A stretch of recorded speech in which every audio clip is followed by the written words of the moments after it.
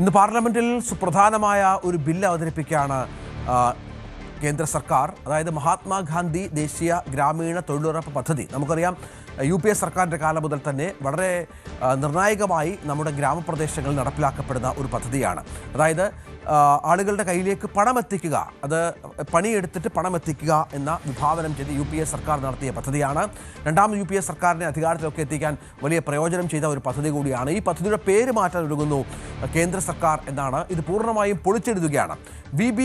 VBG Ramji bill എന്നാണ് പുതിയ ബില്ലിൻ്റെ പേര് എന്നാണ് മനസ്സിലാക്കേണ്ടത്. ലോക്സഭയുടെ അജണ്ടയിൽ ഈ ബില്ല് ഇന്ന് വരുന്നുണ്ട്. നീക്കത്തെ ശക്തമായി എതിർക്കുകയാണ് പ്രതിപക്ഷം. പുതിയ വ്യവസ്ഥ പ്രകാരം 40% വിഹിതം സംസ്ഥാനങ്ങളുടെ ബാധ്യതയാകും.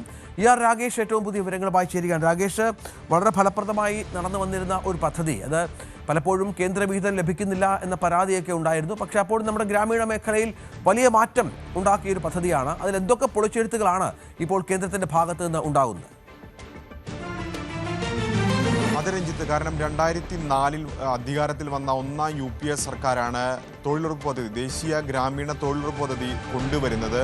2005 ഇത് നിയമമാകുന്നത്. പിന്നീട് 2009 രണ്ടാം UPA സർക്കാർ വന്നു. അന്നാണ് രാഷ്ട്രപിതാവിൻ്റെ പേര് കൂടി ആ നിയമത്തിന് നൽകുന്നത്. അങ്ങനെയാണ് മഹാത്മാഗാന്ധി രാഷ്ട്രീയ ഗ്രാമീണ തൊഴിലുറപ്പ് പദ്ധതി എന്ന പേര് നിയമത്തിന് അല്ലെങ്കിൽ ആ പദ്ധതിക്ക് വരുന്നത്. പക്ഷേ 20 വർഷമായിരിക്കുന്നു ഇപ്പോൾ ആ നിയമം കൊണ്ടുവന്നിട്ട്. 20ാം വർഷത്തിൽ അതിൽ സമ്പൂർണ്ണ പൊളിച്ചെഴുത്തിന് ഒരുങ്ങുകയാണ് ഇപ്പോൾ കേന്ദ്രം ഭരിക്കുന്ന BJP സർക്കാർ എന്ന് തന്നെ പറയാം. അതിൻ്റെ പേര് മാറുന്നു, മഹാത്മാഗാന്ധി എന്ന പേര് നീക്കം ചെയ്യുന്നു. അത് വലിയ വിവാദത്തിന് വഴിവെച്ചിട്ടുണ്ട്. പ്രത്യേകിച്ച് പ്രതിപക്ഷ പാർട്ടികൾ ഒന്നടങ്കം ഇതിനെ ചോദ്യം ചെയ്തുകൊണ്ട് രംഗത്ത് വന്നിട്ടുണ്ട്. ഇന്നലെ പ്രിയങ്ക ഗാന്ധി ഇതിൽ കടുത്ത വിമർശനം ഉന്നയിച്ചിരുന്നു. എന്തുകൊണ്ട് പേര് മാറ്റുന്നു എന്ന ചോദ്യം ഉന്നയിച്ചിരുന്നു. തൃണമൂൽ കോൺഗ്രസ് നേതാവ് ഡെറിക് ഒബ്രൈനും സമാനമായ ചോദ്യം ഉന്നയിച്ചു. രാഷ്ട്രപിതാവിനെ അവഹേളിക്കുന്ന നടപടിയാണെന്ന് അദ്ദേഹം വിമർശിച്ചു. മാത്രവുമല്ല, രാഷ്ട്രപിതാവിൻ്റെ ഘാതകരെ ആദരിക്കുന്ന പാർട്ടിയിൽ നിന്ന് ഇതല്ലാതെ കൂടുതൽ പ്രതീക്ഷിച്ചു എന്ന വിമർശനം കൂടി അദ്ദേഹത്തിൻ്റെ ഭാഗത്തുനിന്നുണ്ടായി. CPM general secretary MA baby കടുത്ത വിമർശനം ഉന്നയിച്ചു. ഏതായാലും ഇന്ന് ലോക്സഭയുടെ അജണ്ടയിൽ ഈ ബില്ല് ഉൾപ്പെടുത്തിയിട്ടുണ്ട്. ഇന്നലെയും ഉൾപ്പെടുത്തിയിരുന്നു. ഇന്നലെ പക്ഷേ കേന്ദ്ര ഗ്രാമവികസന മന്ത്രി തന്നെ വ്യക്തമാക്കിയ കാര്യം, ഇത് ഗ്രാമീണ മേഖലയിലെ വരുമാനമുണ്ടാക്കിയിട്ടുണ്ട്, ഗ്രാമീണ ജീവിതങ്ങൾക്ക് നിലവാരം ഉയർത്തിയിട്ടുണ്ട് തുടങ്ങിയ കാര്യങ്ങളൊക്കെ തന്നെ ശിവരാജ് സിംഗ് ചൗഹാൻ സമ്മതിച്ചു. പക്ഷേ ആ ബില്ലിനെ കൂടുതൽ ശക്തിപ്പെടുത്തേണ്ടതുണ്ട് എന്ന കാര്യമാണ് അദ്ദേഹം പ്രധാനമായും ചൂണ്ടിക്കാണിക്കുന്നത്. കേവലം പേര് മാറ്റുന്നതിന് മാത്രമല്ല പ്രതിപക്ഷം എതിർക്കുന്നത്, മറിച്ച് അപ്പാടെ പൊളിച്ചെഴുതുകയാണ്. കഴിഞ്ഞ 20 വർഷമായി ഉണ്ടായിരുന്ന ബില്ലിനെ അപ്പാടെ പൊളിച്ചെഴുതുന്നതാണ് പുതിയ ബില്ല്. അതിനെയാണ് പ്രതിപക്ഷം ചോദ്യം ചെയ്യുന്നത്. കാരണം നേരത്തെ കേന്ദ്രവിഹിതം ഏതാണ്ട് 90% കേന്ദ്രവിഹിതമായിരുന്നു. സംസ്ഥാനങ്ങൾ 10% വഹിക്കേണ്ടിയിരുന്നത്. പക്ഷേ അതിൽ പൂർണ്ണമായും മാറ്റം വരികയാണ്. അതായത് ചുരുക്കം ചില സംസ്ഥാനങ്ങൾ ഒഴിച്ചു നിർത്തിക്കഴിഞ്ഞാൽ ബാക്കി എല്ലാ സംസ്ഥാനങ്ങളും അതിൻ്റെ വിഹിതം 60:40 എന്ന നിലയിൽ വഹിക്കണം. പ്രത്യേകിച്ച് കേരളം അടക്കമുള്ള സംസ്ഥാനങ്ങൾ 40% വിഹിതം വഹിക്കണം. അത് തീർച്ചയായും സംസ്ഥാന സർക്കാരിനെ സംബന്ധിച്ച് അധിക ബാധ്യതയാണെന്ന കാര്യത്തിൽ സംശയമില്ല. ഇക്കാര്യത്തിൽ ഇളവുള്ളത് ജമ്മു കശ്മീരിനും ഉത്തരാഖണ്ഡിനും ഹിമാചൽ പ്രദേശിനും ഒപ്പം വടക്ക് കിഴക്കൻ സംസ്ഥാനങ്ങൾക്കും മാത്രമാണുള്ളത്. മറ്റെല്ലാ സംസ്ഥാനങ്ങളും 40% വിഹിതം വഹിക്കണമെന്ന് പറയുമ്പോൾ സ്വാഭാവികമായും അത് സംസ്ഥാനങ്ങൾക്ക് അധിക ബാധ്യതയാവും എന്ന കാര്യത്തിൽ സംശയമില്ല. കൂടാതെ നിലവിലുള്ള തൊഴിലിൻ്റെ സ്വഭാവത്തിൽ വലിയ രീതിയിൽ മാറ്റം വരുത്തുന്നുണ്ട്. അതാണ് ഈ ബില്ലിലെ പ്രധാനപ്പെട്ട വ്യവസ്ഥ. പ്രത്യേകിച്ച് ജലസുരക്ഷ, അടിസ്ഥാന ഗ്രാമീണ വികസനം, കാലാവസ്ഥ തുടങ്ങിയവയ്ക്ക് ഊന്നൽ നൽകണം എന്നാണ് ഇന്നലെ ഗ്രാമവികസന മന്ത്രി തന്നെ വ്യക്തമാക്കിയിട്ടുള്ളത്. കൂടാതെ സർക്കാർ ചൂണ്ടിക്കാണിക്കുന്ന പ്രധാനപ്പെട്ട കാര്യം, നിലവിൽ 100 ദിവസമാണ് തൊഴിൽ എങ്കിൽ അതിൽ മാറ്റം വരുന്നു. പകരം 101 ദിവസത്തിൽ തൊഴിലുണ്ടാകും എന്നാണ് ഇപ്പോൾ സർക്കാർ വിശദീകരിക്കുന്നത്. നിലവിൽ ഗ്രാമസഭകൾ വഴിയാണ് തൊഴിൽ വിഭാവനം ചെയ്തിരുന്നെങ്കിൽ അതിൽ പൂർണ്ണമായും മാറ്റം വരികയാണ്. അങ്ങനെ ആയിരിക്കില്ല ഇനി എന്നുകൂടി പറയുന്നു. കൂടാതെ ദിവസക്കൂലി ഒരാഴ്ചക്കുള്ളിൽ കൊടുത്തു തീർക്കണം, പരമാവധി 2 ആഴ്ച വരെ തുടങ്ങിയ വ്യവസ്ഥകളൊക്കെ തന്നെ ബില്ലിൽ ഉൾപ്പെടുത്തുകയും ചെയ്തിട്ടുണ്ട്.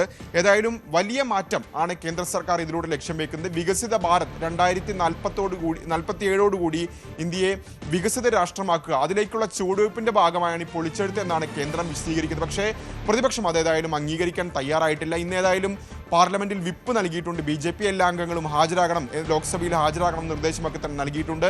വലിയ പ്രതിഷേധങ്ങൾക്ക് ഇത് വഴിവെക്കുമെന്ന കാര്യത്തിലും സംശയമില്ല. പ്രത്യേകിച്ച് ഈ സഭാ സമ്മേളനം തുടങ്ങുമ്പോൾ ആദ്യഘട്ടത്തിൽ SIR അടക്കമുള്ള വിഷയങ്ങളാണ് സഭയെ പ്രക്ഷുബ്ധമാക്കിയിരുന്നെങ്കിൽ സ്വാഭാവികമായും തൊഴിലുറപ്പ് പദ്ധതിയുടെ പൊളിച്ചെഴുത്ത് വരും ദിവസങ്ങളിൽ വലിയ പ്രതിഷേധങ്ങൾക്കും വിവാദങ്ങൾക്കും വഴിവെച്ചേക്കും. പാർലമെന്റിൽ ഭൂരിപക്ഷമുണ്ട് NDAക്ക്, സംശയമില്ല.